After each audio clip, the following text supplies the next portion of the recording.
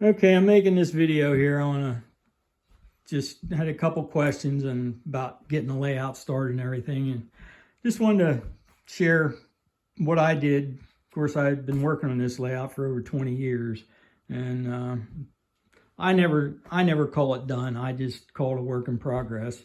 It's not beautifully landscaped. It's all Plasticville buildings and toy cars from back in the when I was my childhood, 40s and 50s and that kind of stuff. So it's kind of that way as far as the scenery and everything. But I love the accessories, the operating accessories, like the log loaders, the barrel loaders, the pipe loaders, the culvert loaders, the sawmills and gantry cranes and all that kind of stuff. That's what I really like. So that's my scenery. So anyway, there's 5 4x8 tables here. So the total layout's 8x20. I have them 27 inches off the floor. I used 2x4s for legs because I wanted it good and sturdy. I used 1/4-inch plywood, and on top of the 1/4-inch plywood, I put 3/8 sound stop insulation to keep the noise down. And that works pretty well. My control panel for the accessories, the switches and certain things are here like this, and I used these terminal strips from Radio Shack, the terminal strips, and their bus bars. Radio Shack, I don't know if you can still get that stuff online or not, but I know those bus bars and those terminal strips are still available. That makes it a lot nicer and easier. All my wiring is color coded. I used red and black for track power, red for power, black for ground. I soldered all my feeder wires onto the track. I didn't use lock-ons. And every loop I have at least 4 power points on it so it don't lose power and the trains don't slow down. Works pretty good. They run pretty good. My 2 outside loops here, this loop and these 2 loops here, they're 072. The next loops in there are 031 track. The loop up here on top, it's 031.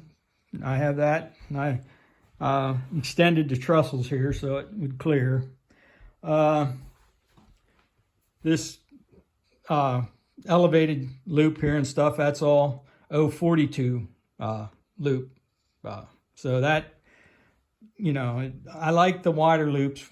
It just looks better than the 031, but here I wanted to just use 1 loop of 031 up here. I have an airport up here on top, which is just basically for looks. I have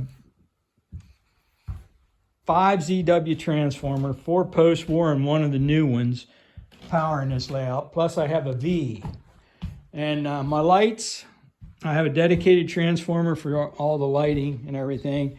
And I used white and blue for the light wiring, so I know that my ground wire for that's white and the blue wire is power for my lights on my buildings and all that, and the searchlights and everything like that. So anyway, like I said, I can run 5 trains. I have a trolley, and that's basically what I did.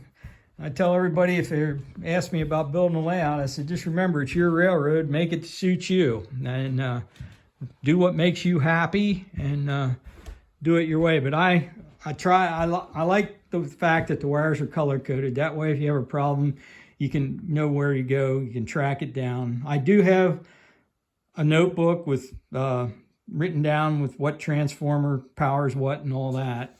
But half the time I just get under there and look for it if I have a problem. But I haven't had too many problems on this since I built it because using those terminal strips, and I was very careful, with the wiring. I ran it all underneath and so forth. But that's how I did my train layout over 20 years ago. Still running. It's the last one I'm ever going to build. I built several in the past, but anyway, thanks for watching, and hope this answered some questions and helped somebody.